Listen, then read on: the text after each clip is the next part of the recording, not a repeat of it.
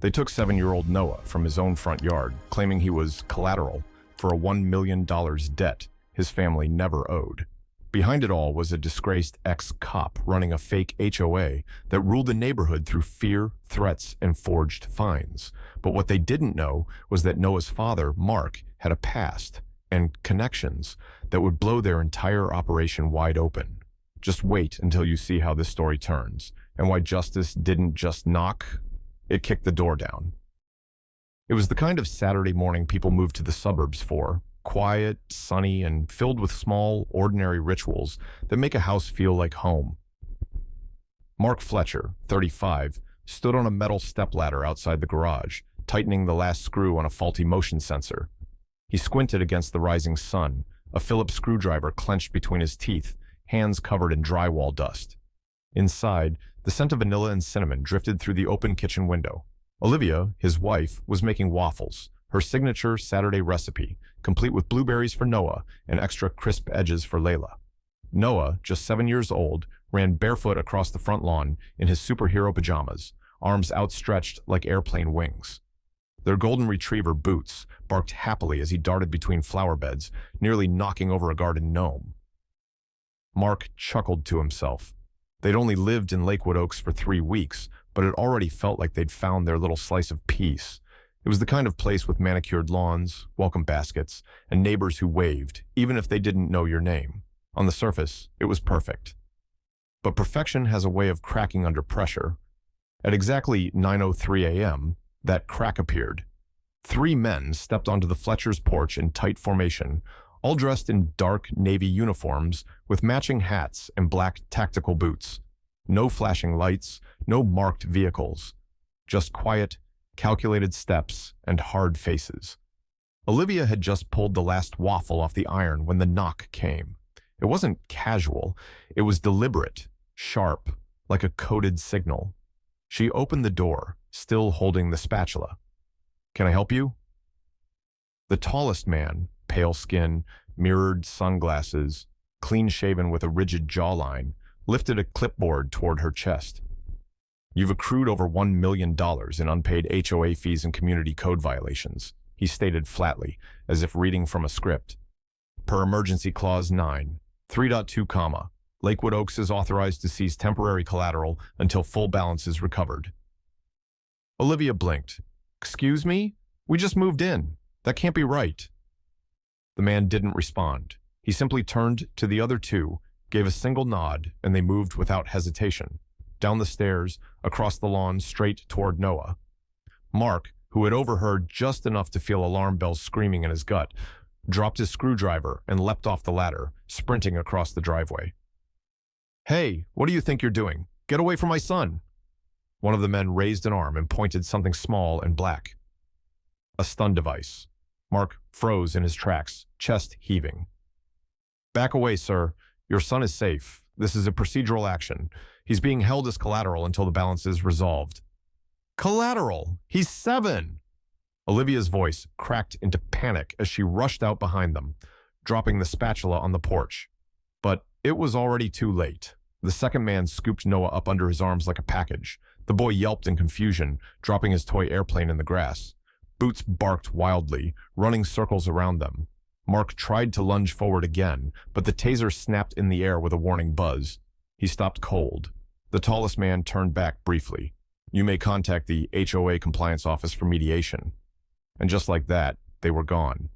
The SUV parked at the curb was all black. No markings, no plates. At least none that looked real. The rear door slammed shut, and the vehicle sped off without so much as a tire squeal. Neighbors stood frozen on sidewalks and porches, unsure whether to help or hide. One man across the street raised a phone and hit record. Another mother ushered her daughter indoors without a word. Mark dropped to his knees in the middle of the lawn, arms limp at his sides. Olivia stood motionless, hand over her mouth, staring down the street where their son had vanished. The toy plane lay in the grass, one wing bent. Boots whined beside it. In under 4 minutes, the promise of peace had turned into a nightmare. Mark's hands trembled as he fumbled for his phone. His fingers felt numb, disconnected from his body. The image of Noah being taken, barefoot in pajamas without a word, kept replaying in his head like a broken reel. He pressed the emergency call button, heart pounding so hard it echoed in his ears. 911, what's your emergency? Mark tried to steady his voice, but it came out raw and uneven. My son, my 7-year-old, he was just taken. 3 men in uniform, they said they were HOA enforcement. They drove off in a black SUV. No plates. They said he was collateral. There was a pause, a long one. Sir, the dispatcher said cautiously, we don't have any legal agencies under that name. HOA enforcement isn't affiliated with law enforcement or municipal code compliance. Did they show you badges? Any official ID? Mark's chest tightened. His mouth went dry. No, they didn't. He had been so focused on Noah, so shocked by their confidence in the uniforms, he hadn't questioned it. No badges, no names, not even a real license plate. Just a clipboard and cold authority. Sir, are you sure they were legitimate? That single question hit harder than anything else that day. Mark didn't answer. The call ended with a vague promise that an officer would follow up, but no one came for hours. Inside the house, Olivia sat on the hallway floor, back pressed against the wall. Her hands trembled as she clutched a tiny striped sock, Noah's. She had found it beside the front steps after the SUV pulled away. Now she held it like it was the last piece of him she had. Her eyes were distant, glassy, her breathing shallow.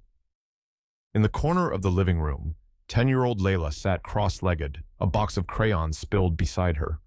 She was sketching a poster on construction paper, big letters spelling missing over a rough drawing of her brother's smiling face. She didn't say a word. She just kept coloring, pressing the red crayon so hard it snapped in half.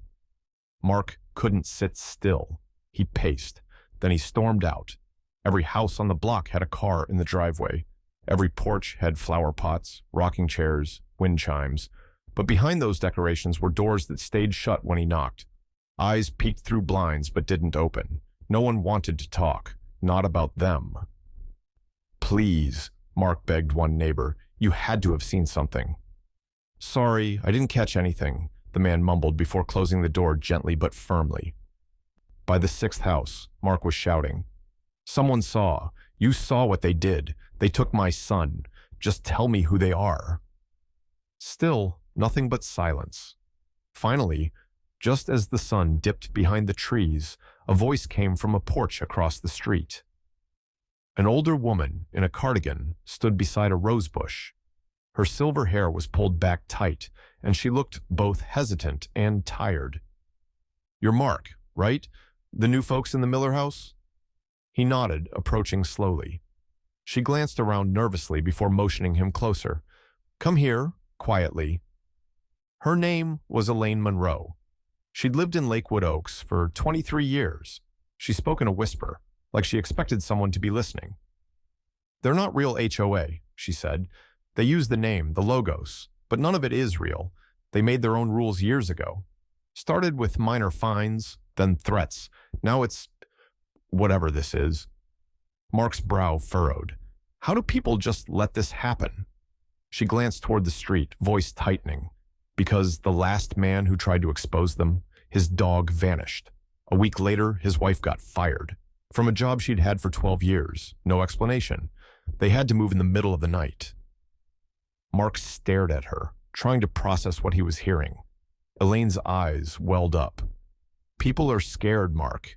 They talk about accountability and neighborhood safety, but these men, they're not protecting anyone. They run this place like a private kingdom. You're either quiet or you're gone. Mark's jaw clenched. His fists curled so tight at his sides, his nails dug into his palms. He could feel the thin skin split, but he didn't care. He needed to feel something other than helplessness. He had believed just hours ago that they were safe here, that Lakewood Oaks was a place to raise his kids. But now, standing in the middle of a neighborhood that looked like a postcard but hid a silent dictatorship, he wasn't sure what scared him more, the fact that his son had been taken in plain sight, or the realization that no one had ever stopped these people before. This wasn't just corruption. It wasn't even fear. It was something deeper. This was a system, and they were alone. The sky was still gray when Mark pulled into the county records parking lot. The streets were quiet, the kind of quiet that doesn't feel peaceful, just expectant. Like the town itself was holding its breath. He had barely slept. Every time he closed his eyes, he saw Noah reaching out from the backseat window of that black SUV. So instead of lying there, replaying the nightmare, he got dressed, grabbed a travel mug of black coffee, and drove. The records office sat between the DMV and the zoning department, a squat concrete building that looked like it hadn't changed since the 80s. The fluorescent lights buzzed faintly overhead as he stepped inside. A clerk handed him a digital access badge and pointed him toward the public terminals. He thanked her, though his voice barely carried. He sat down at a monitor and began typing. Property records first, then tax assessments. He pulled every file associated with his address in the Lakewood Oaks HOA. He looked up charters, compliance notices, board appointments, legal filings. The deeper he went, the more the unease built. It wasn't just the volume of documents. It was the patterns, the dates, the signatures. Then he opened one file labeled Historical Violations, address 447. And that's when everything began to unravel. The debt they were supposedly being punished for wasn't even from their time in the house. The violations began over a year before the Fletchers moved in. Citations for infractions like non-standard mailbox color, improper grass trimming, unauthorized flower height, and, most shocking, repeated excessive child noise after 7 p.m. It was absurd, and it was all backdated. Some were marked as approved by owner, with a digital signature. Mark's eyes narrowed. He pulled up the acknowledgement forms. Each one had an e-signature next to M. Fletcher, identical. Stamped with a date, weeks before they'd even signed the purchase contract. They'd never seen these forms, never agreed to them. They hadn't even been legal residents of Lakewood Oaks when these supposed acknowledgments were signed.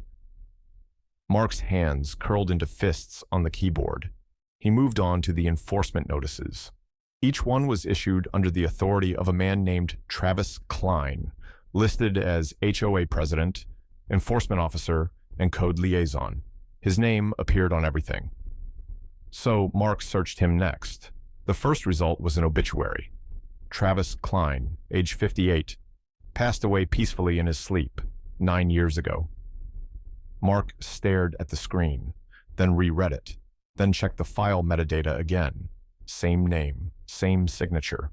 Every document they'd been hit with was filed under a dead man's name. The entire system was fake.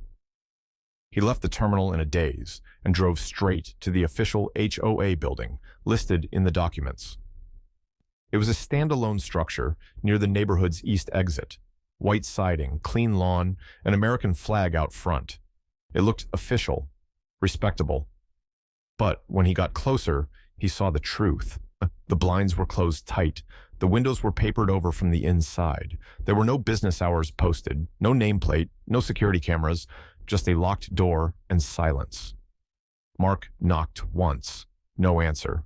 He waited. Looked around. The street was empty. Still, something in his gut told him he wasn't alone. His phone buzzed. The screen lit up. Unknown number. No name. No location. He opened the message. Stop digging, or next time we take both your kids. Mark froze. The air around him seemed to shift. Every sound disappeared. His fingers tightened around the phone, knuckles whitening. His chest rose and fell in heavy silence. He read the message again. That was the moment everything inside him changed. He'd been afraid, disoriented, overwhelmed. But now, in this moment, standing in front of a locked building, holding evidence of forgery, surrounded by a system built on lies, there was no fear left in him. Only one emotion remained. It burned hotter than anything he'd felt since the moment Noah was taken. Rage, not just as a father, not just as a husband, but as a man who had seen the line between order and chaos and now stood ready to cross it. They had taken his son. Now, he was coming for everything they built. Mark had worn many hats in his life: builder, husband, father. But long before he picked up a drill or taught Noah how to hold a baseball bat, he served 10 years in military intelligence. Strategic operations, surveillance, field analysis, skills most people forget exist unless they're watching a thriller on TV. He hadn't spoken to his old contacts in years. He never thought he'd need to. But that night, after reading that message, the one threatening both his children, he sat down at his kitchen table, opened an encrypted drive, and reactivated a network he had once promised he'd never touch again. He typed 3 messages, no names, just call signs. Each message short and coded, but clear in intent. Then he waited. Olivia sat across from him, silent, still holding Noah's sock. Layla was asleep upstairs, but the light stayed on in the hallway just in case. By the next evening, his inbox lit up. One message included traffic camera footage, stitched together from 3 intersections. The black SUV that had taken Noah was spotted moving east, then turning into a gated lot registered under a shell company. Another file listed partial license plate numbers and cross-checked them against flagged registrations. The match led to a private contractor out of state with a revoked law enforcement license. His name, Derek Hollis. Mark stared at the name. It sounded familiar. A quick search confirmed his suspicion. Hollis had once been an officer, until he was dismissed for manipulating evidence in a warrant case. No charges filed, no headlines, just a quiet exit and a fast rebrand into private compliance consulting. Now, apparently, he'd reinvented himself as head of security for a homeowners association that didn't legally exist. Mark didn't stop there. He created a full report, timelines, screenshots, footage, testimonials from neighbors, scans of forged documents, property citations linked to ghost companies, zoning violations pushed through without oversight. He even tracked payments from the HOA account to a consulting firm owned by a former city zoning clerk. It wasn't just a kidnapping. It was a web of corruption, real estate fraud, intimidation, falsified signatures, and likely bribery. He brought it to local media. 2 newspapers turned him away. One editor offered a vague apology. "We can't risk covering this. That group has lawyers and deep connections." One anchor from a local station said off the record, "It's not that I don't believe you, it's that I've seen what happens to people who go after them." Mark came home that night more resolved than ever. He didn't sleep. He didn't blink. At 2:17 a.m., he set up a single light in his garage, placed his phone on a tripod, opened his laptop to display the footage behind him, and hit Go Live. The screen blinked. His face appeared, tired, worn, but sharp. His voice calm, but heavy. "My name is Mark Fletcher. I live in Lakewood Oaks. 2 days ago, men claiming to be HOA officers took my son. He is 7 years old. They said we owed $1 million in violations. We didn't. We moved here 3 weeks ago. I have video. I have proof. These men are not real police. They're part of a criminal network hiding behind community rules, and I am not going to be silent." He held up the forged signature, then the traffic footage, then the printout showing Travis Klein's obituary. "The man who signed every document they used against me, he's been dead 9 years. Mark leaned closer to the camera. "I don't care what you think of HOAs. I don't care how powerful they are. My son is gone, and if they did it to us, they can do it to someone else. Please, help me bring him home." He ended the stream, then waited. An hour passed, then 2. By sunrise, the video had 400,000 views. Comments flooded in, some offering prayers, some demanding answers. By noon, it had crossed 2.4 million. Dozens of lawyers messaged. So did activists, veterans, tech professionals, and parents. The story had left the neighborhood. It had left the city. And now, it wasn't just about Noah. It was about every family who ever thought they were safe, only to discover they weren't. By the next evening, Mark's video had done more than just go viral. It ignited a movement. It spread across platforms like wildfire, shared by parents, veterans, teachers, and influencers who refused to look away.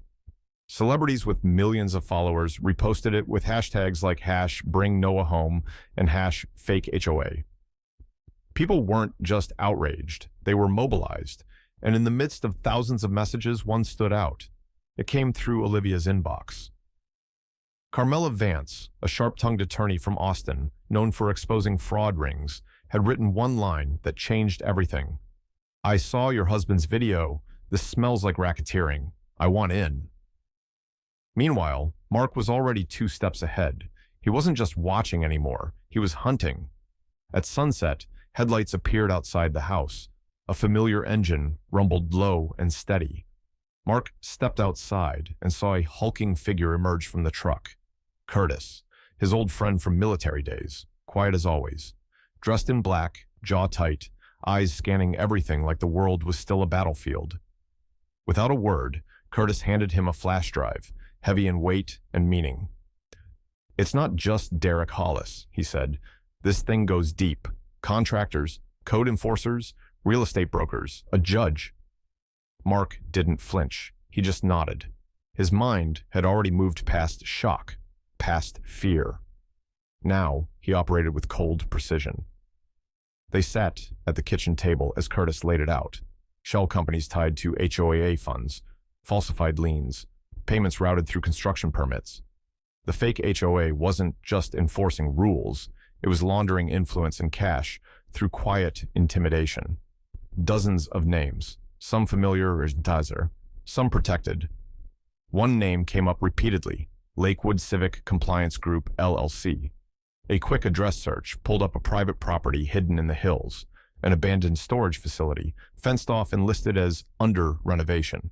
No cameras registered to the city, but there were cameras. Curtis had intercepted a feed, motion-activated, internal power. Mark didn't hesitate. That night, they drove out, headlights off for the last mile. They parked a block away, crouched behind an embankment. Mark adjusted the binoculars and focused on the metal building surrounded by scrub and silence. Hours passed. Then, at exactly 2:04 a.m., a light blinked on inside the structure. One fluorescent beam, flickering slightly. Mark zeroed in. And there, through a sliver of the window, was Noah, curled up on a metal cot, small, still, holding his stuffed frog close to his chest. Mark's entire body tensed. His grip on the steering wheel turned white. His breath went shallow, then slow, but his eyes didn't move. "He's there," Mark said quietly, voice steady. Curtis nodded. Mark didn't scream, didn't pace. He just stared out into the darkness, memorizing every inch of the layout, the cameras, the exits, the timing. Then he spoke again, low, focused, controlled. "We go in at dawn." At 6:15 a.m., Mark and Curtis moved. No noise, no weapons, just precision. Curtis cut power to the gate, blacking out cameras. Mark pushed through the front door with purpose. Inside, 4 men sat around a folding table. One of them, Derek Hollis, laughed mid-sip of coffee, until he saw Mark.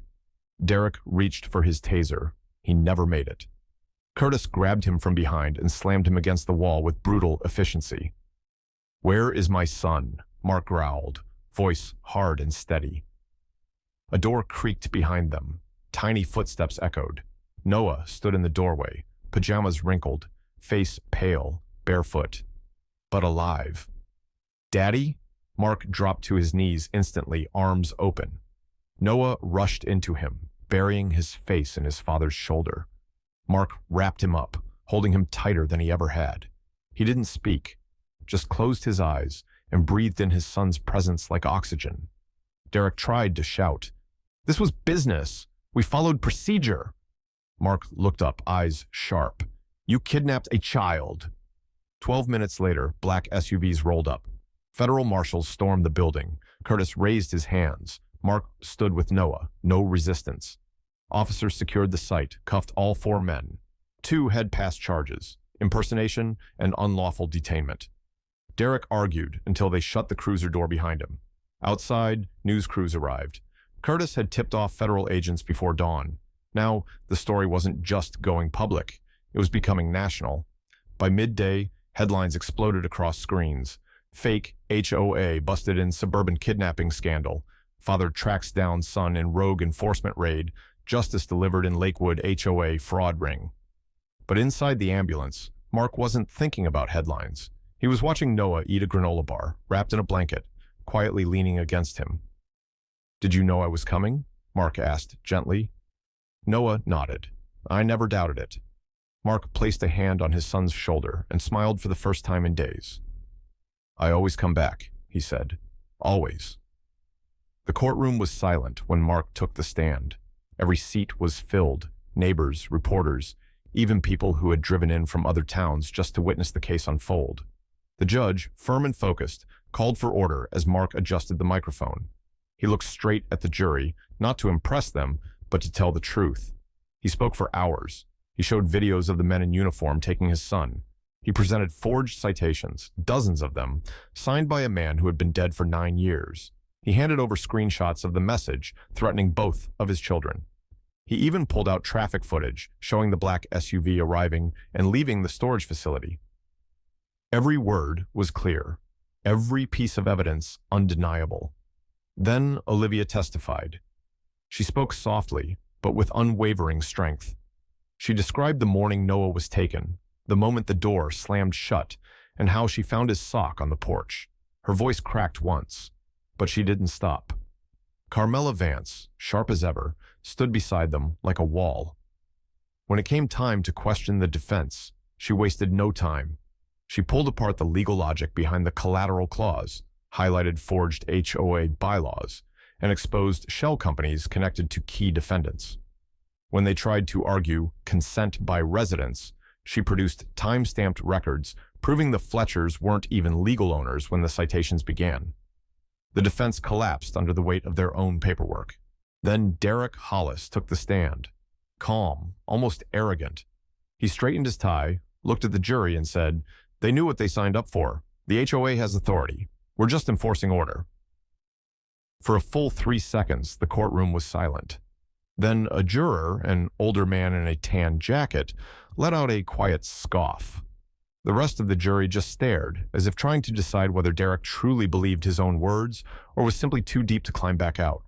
But the moment that shifted, everything came next. Elaine Monroe, the elderly neighbor, stood and made her way to the stand. She walked slowly, but with purpose. When she sat down, she opened a leather-bound journal. "I've lived in Lakewood Oaks for 23 years, she began. I've seen the fines, the threats, the notes taped to doors. I've seen families move away in the middle of the night. My neighbor's cat vanished the same day she questioned a noise violation. I kept a record, every date, every incident, for years." She read entry after entry. The courtroom was silent, except for sniffles from the gallery. Elaine didn't raise her voice. She didn't need to. Her words made it clear. This wasn't one mistake. It was a system built on fear. By the end of the week, the jury filed back in. 12 people. All solemn, all focused. The foreperson stood and read the verdict. Guilty on all counts. Kidnapping, racketeering, forgery, extortion, unlawful detention, impersonating law enforcement. The judge's gavel hit the block. The room exhaled. Derek Hollis and 2 other central figures were sentenced to 35 years in federal prison. The remaining offenders, those who had carried out orders, falsified documents, or looked the other way, received sentences between 18 and 22 years. The fake HOA, Lakewood Civic Compliance Group LLC, was officially dissolved by federal order. Its assets were seized. Its records entered into public investigation. Every fine it had ever issued was declared void. Mark didn't smile. He didn't cheer. But as he stepped outside into the sunlight, hand in hand with Olivia, and saw Noah running in the grass beside the courthouse, he felt something deeper. Not vengeance, closure. 3 months later, peace no longer felt like a memory. It felt real. Noah ran barefoot through the front yard again, chasing Boots across the grass with the same energy he had before. But this time, the street was different. No blinds twitching, no black SUVs parked silently. Just sunlight, wind, and laughter. The neighborhood had changed. After the trial, the old HOA was dismantled for good.